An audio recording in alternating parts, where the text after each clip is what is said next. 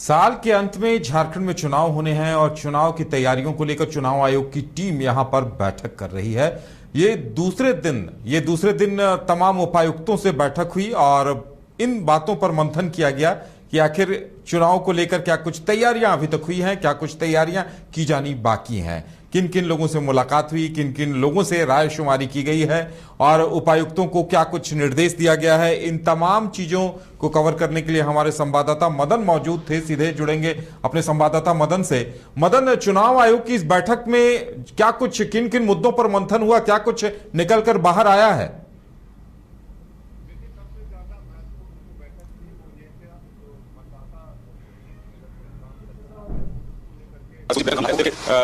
दिशा निर्देश दिए गए कि किस तरह से लोगों के नामों को जोड़ा जाए, कोई भी ऐसा व्यक्ति न हो जिनका नाम वोटर लिस्ट से वंचित रह जाए और अपने मताधिकार का प्रयोग न कर पाए। तो ऐसे में 24 जिलों के उपायुक्तों को आज राजधानी रांची के पतरातू वैली में कहे एक तरह से जो पतरातू बिहार होटल है उसमें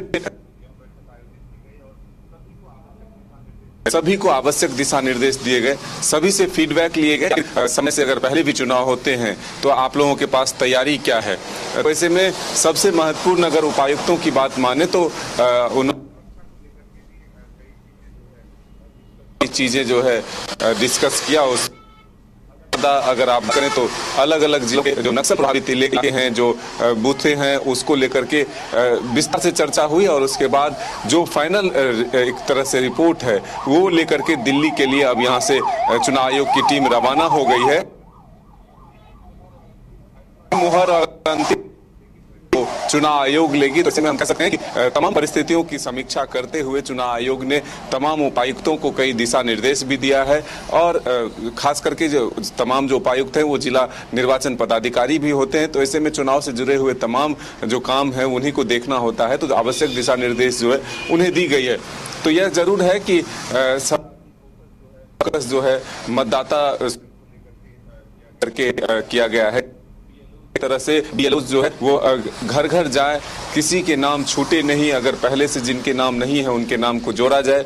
तो अब देखना होगा कि जो एक चर्चा है, जो संभावनाएं हैं कि क्या अक्टूबर में चुनाव हो सकते हैं, तो ऐसी परिस्थिति में जो रिपोर्ट यहां से तैयारियों को लेकर के जो आयोग की टीम गई है तो उससे आयोग कितना संतुष्ट होता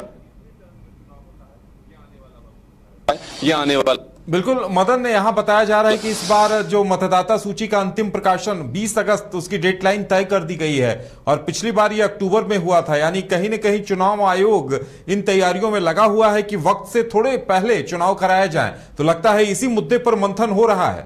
बिल्कुल, देखिए ये जरूर माना जा रहा है कि जिस तरह से चुनाव आयोग की टीम यहां पहुंची, समीक्षा हुई और वोटर लिस्ट जारी करने की तिथि घोषित कर दिए गए, तो इससे संभावनाएं हैं और इसको लेकर के अब सियासत भी शुरू हो गई है। केंद्रीय महासचिव जब ईडी नहीं सक पाई तो अब ईसीआई को लगा दिया है। तो ऐसे में अब इसको लेकर के सियासत शुरू हो गई है। कई राज्यों में चुनाव होने हैं, तो 2 राज्यों में खास करके जो अक्टूबर का भी नाम उसी में शामिल किया जाता है, उसी समय में, या फिर अलग से एक समय निर्धारित की जाती है। ये आने वाला वक्त बताएगा। चलिए मदन, हमारे साथ जुड़ने के लिए और तमाम जानकारी देने के लिए आपका बहुत बहुत धन्यवाद। तो चुनाव आयोग की टीम ने मंथन किया है, तमाम उपायुक्तों से उनकी तैयारी के बारे में बात करते करते फीडबैक भी लिया है और अब देखने वाली बात यह होगी कि चुनाव आयोग किस निर्णय पर पहुंचता है। चुनाव आयोग ने उपायुक्तों से यह भी पूछा है कि अगर समय से पहले चुनाव कराए जाते हैं तो आपके पास क्या कुछ तैयारियां हैं।